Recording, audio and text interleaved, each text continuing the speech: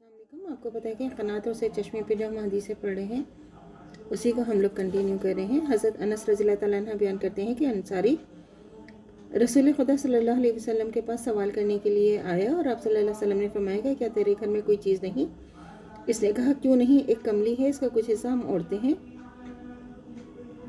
और कुछ हिस्सा बिछा लेते हैं, और एक प्याला है, इसमें हम पानी पीते हैं। आप सल्लल्लाहु अलैहि वसल्लम ने फरमाया वो दोनों चीज़ें मेरे पास ले आ। बस वो दोनों चीज़ें आप सल्लल्लाहु अलैहि वसल्लम के पास ले आया। आप सल्लल्लाहु अलैहि वसल्लम ने इन दोनों को अपने हाथ में पकड़ा, फरमाया कि इन्हें कौन ख़रीदता है? एक शख्स ने कहा मैंने 1 दरहम के बदले ले लेता हूँ। और आप सल्लल्लाहु अलैहि वसल्लम ने फरमाया कौन 1 दरहम से ज़्यादा देता है? तो आप सल्लल्लाहु अलैहि वसल्लम ने ये बात 2 या 3 मरतबा फरमाई। इस पर एक और शख्स ने कहा मैंने 2 दरहमों के बदले ले लेता हूँ। आप सल्लल्लाहु अलैहि वसल्लम ने दोनों चीज़ों से दे दी और 2 दरहम ले लिए। इन अंसारी को देकर फरमाया इनमें से एक दरहम का गल्ला लेकर अपने घर वालों के पास डाला और दूसरे से एक कुल्हाड़ी खरीद और इसे मेरे पास ले आ। बस वह हज़रत सल्लल्लाहु अलैहि वसल्लम के पास कुल्हाड़ी ले आया। फिर रसूल खुदा सल्लल्लाहु अलैहि वसल्लम ने अपने दस्ते मुबारक से इसमें से एक लकड़ी ठोंक दी। फिर इससे फरमाया कि अब जाओ और लकड़ियाँ काट कर लेकर बेच, और मैं तुम्हें 15 दिन तक यहाँ ना देखूँ। बस वो शख्स चला गया, लकड़ियाँ काट कर लाता था, बेचता था। फिर वो शख्स आया तो वो 10 दरहम कमा चुका था। फिर उसने इनमें से कुछ कपड़ा ख़रीदा, कुछ का गल्ला मोल लिया।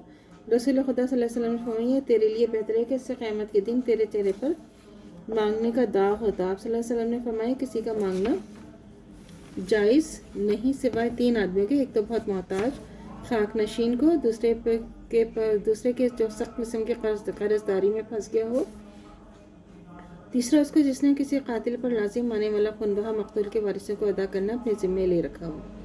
अगर वो ये खून बहा अदा ना करेगा तो कातिल कत्ल हो जाएगा, तो ये शख्स उसे दुख देगी। अबू दाऊद की हदीस है।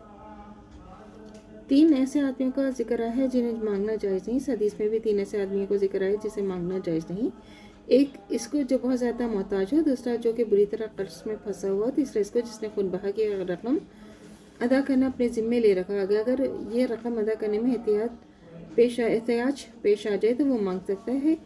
इस तीसरे शख्स के लिए मतन में जो अल्फाज बयाने हुए हैं वो ज़ोमे मोजे हैं, जिसके लफ्ज़ी तर्जुमा यह है कि दुख देने वाला खून वाला।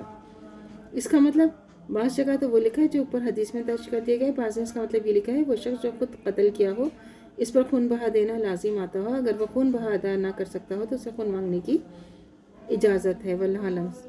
इस्लामी शरीयत अगर कोई शख्स किसी को कत्ल कर दे तो कातिल को क़सास में कत्ल किया जाएगा। हाँ, अगर मकतूल के वारिस इस बात पर राज़ी हो जाएं कि वो कातिल की जान के औस माल ले लेंगे तो फिर कातिल माल देकर जान बचा सकता है। ये माल जो कातिल की जान के बदले के औस दिया जाएगा खून बहा या दीद कहलाता है। इस हदीस में हज़रत सल्लल्लाहु अलैहि वसल्लम ने मोहताज की मदद करने का जो तरीका इख्तियार किया वो निहायत ही काबिल तारीफ़ है। आपके पैरों के लिए बहुत आला नमूना है। और आप सल्लल्लाहु अलैहि वसल्लम ने शख्स को मांगने से हटाकर अपने हाथ पाँव की मुशक्क़त से खुद कमाने का रास्ता दिखाया, जिसने इसे खुशहाली भी दी, मांगने की ज़िल्लत से भी बचाया।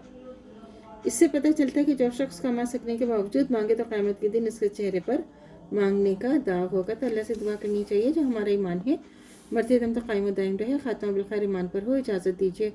अल्लाह हाफ़िज़। मेरे चैनल को लाइक कीजिए, शेयर कीजिए, सब्सक्राइब कीजिए। शुक्रिया।